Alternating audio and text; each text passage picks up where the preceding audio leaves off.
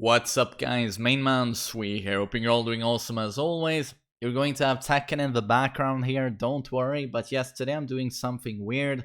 I'm going to do a movie review of Joker with Joaquin Phoenix. I did a review on my channel here 5 years ago. I think it was Darren Aronofsky's Noah with Russell Crowe. I liked that movie. And since then I was like, nah, I'm not gonna keep making movie reviews because this is a Tekken channel. And I've been close to doing it with a couple of movies who have motivated me a lot. I almost did one on Man of Steel because it was the worst thing I had ever seen. Sorry for those of you who like that movie, but oh my god, to me it was such a mess. But no, I've never really done anything. And then I saw Joker a few days ago and I decided that I'm gonna do a review on this movie. It's just that special to me, and it is one of the best movies I've seen in a long time. And I was so hype going into the cinema because as soon as I heard that Joaquin Phoenix had been cast as Joker and that it was going to be more of a character study, you know, less budget, less explosions, I felt like finally maybe we'll see something new, a new take on the superhero genre. It's been dominated for a long time by the MCU, the Marvel Cinematic Universe, and I've historically enjoyed those movies, like the first Iron Man with Robert Downey Jr., the first Thor with Chris Hemsworth, great charming actors, and the first Avengers, you know, that was quite a big gimmick for its time. When did it come out? 2012. Suddenly you had all of these big celebrities, actors, and characters, superheroes, who all had their individual movies, but now let's put them together in one movie. And of course, today you take this for granted because Infinity War had, what, half of Hollywood's actors in one movie. And I guess that's the point, you know, since the first Avengers, it's just been so incredibly oversaturated with superhero movies. And I got tired of it years ago. I don't really keep up because every time I go and see one of these movies, I can just, you know the formula by now. Act 1, Act 2, Act 3, and in some action scenes, quirky humor, haha, I punched that guy, Hulk, haha, 4, I punch harder, ha, you know, and then towards the end, okay, let's roll the big epic fight, the showdown, lasts for 40 minutes, I sit like this, 40 minutes of CGI, and our heroes beating faceless CGI soldiers and monsters, or robots, for 40 minutes. And then some form of conclusion, and what's at stake? It's the universe. It's the universe. It's the universe. It's the universe. And I gave up on cinema. I was like, okay, so this is where it's at. We're only going to get these movies all the time, and it's always the same thing. And then cue Joker, and I see that Joaquin Phoenix is cast as Joker. Even before he was cast, I saw him in Paul Thomas Anderson's, I think that's his name, right? Fantastic director, There Will Be Blood with Daniel Day-Lewis. If you haven't seen it, please watch it. It's one of the best movies I've ever seen, a drama. But he made famously Boogie Nights as well. He's just a wonderful director if you like more serious dramas. But he also made The Master, featuring the late Philip Seymour Hoffman, may he rest in peace, with Joaquin Phoenix also in a role. And if you have seen that movie, I mean, just watching that, I was like, he would make a fantastic Joker. But that was my thought watching The Master. And then as soon as I heard that he was cast, I was like, this is probably going to blow everyone away if they have the right approach to it. And the director is Todd Phillips, who's mostly known for the Hangover trilogy. I haven't seen anything else by him. I haven't even seen all of the Hangover movies. So this obviously is quite something different, making a Joker movie. But then you see that DC are getting worried because no one likes Justice League. No one likes Batman vs. Superman. Everything after Nolan left has pretty much, it just hasn't worked. So they're like, with Justice League, they even bring in Josh, what's his name? The guy who directed the first Avengers, Buffy Vampire Slayer guy, to lighten things up, more comedy, more humor. But it doesn't really work in Justice League, and we're like, we're trying to copy MCU. It's not working. What are we going to do? And then they get in some fresh, creative people, and they just say, go back to the gritty realism, but even more so than Nolan.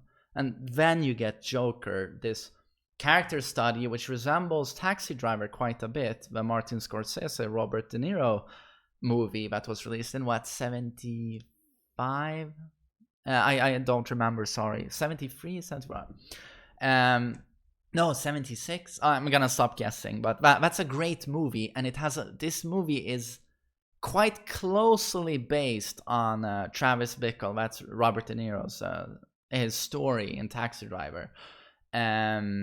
Arthur Fleck's Joker, it resembles a lot that story, although obviously Joker from the get-go, from the very first scene, he's a very disturbed individual who of course suffers from mental illness, existential issues, enormous amounts of insecurity, has been unhappy for all of his life. I don't want to get into spoilers, of course, in this review, but immediately I was very, very interested in what this movie was going to do. And having come out from the movie, I'm like, I'm just so happy. And I actually felt kind of relieved, and I felt joy again when it came to cinema. I haven't felt this in many years, but because I felt it's just stagnated. It's been caught in this loop of no one dares to take a risk. Everyone just makes the same superhero or action movie, and they copy each other, lots of remakes, lots of reboots.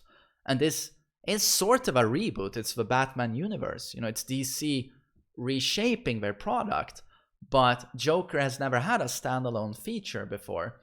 And boy, oh boy, did they take risks.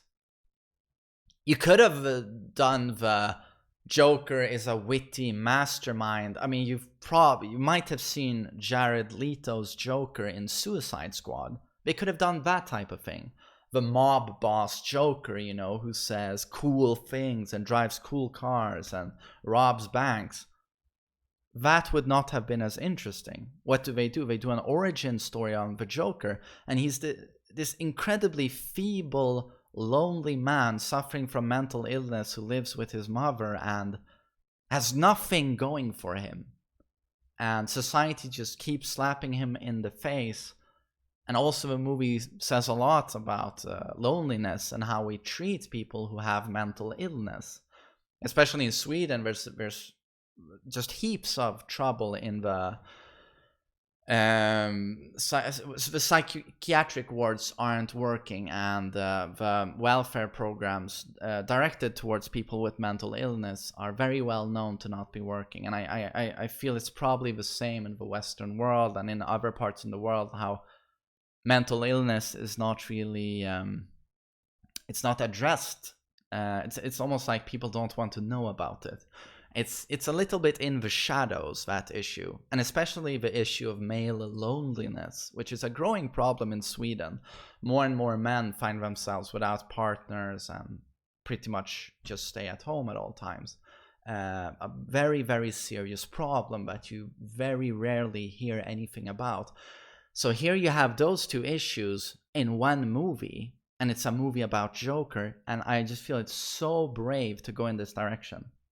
They could have done, what everyone else is doing, but they just went in this direction. Very dark, very unsettling, points to a very serious problem, and they just go for it.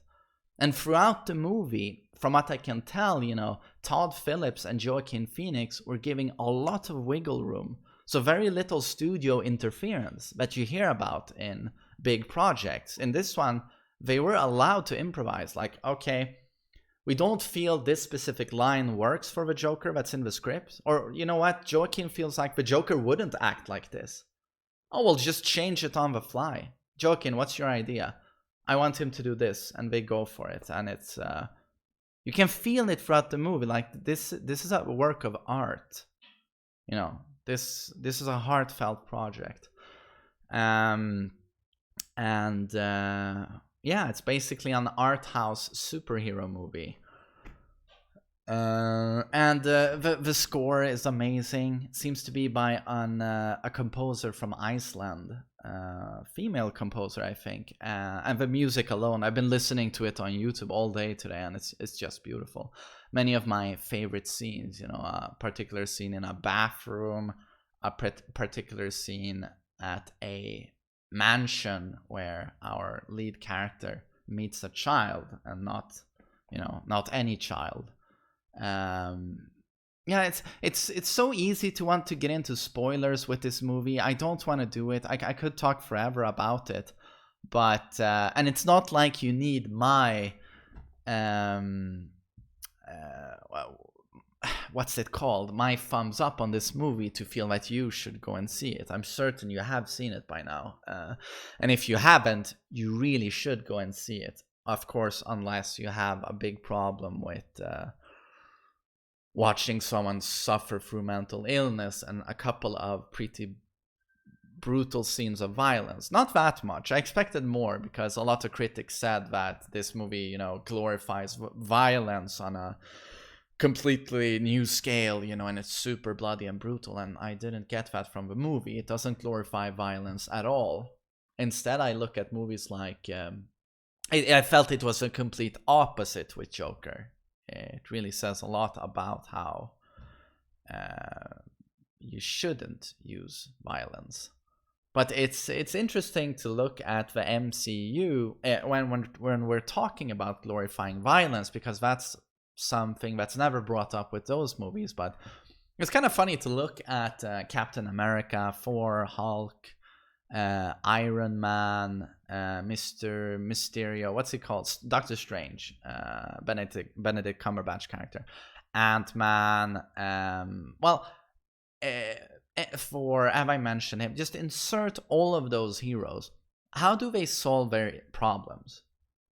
With every movie, some new villain shows up. Do they sit down in the end and talk it out, have a conversation? Let's negotiate. Maybe we can solve this. We can compromise. No, every single movie, it's about who hits the hardest. Basically, that's what it boils down to. Your heroes show up where, you know, 5-year-olds have action figures of Iron Man and Captain America. Action figures of people who have big biceps and basically solve all of their problems through violence, through beating up the bad guys. Every single movie, we are at Manhattan or whatever it is, and there's a bazillion aliens or robots, whatever, and we just beat them up. So it's like when critics start talking about glorifying violence, I'm a little bit lost, because what about the MCU? And I was disappointed to see that on Rotten Tomatoes, due to politics. Unfortunately, there's so much politics these days on Rotten Tomatoes that it's hard to take it seriously.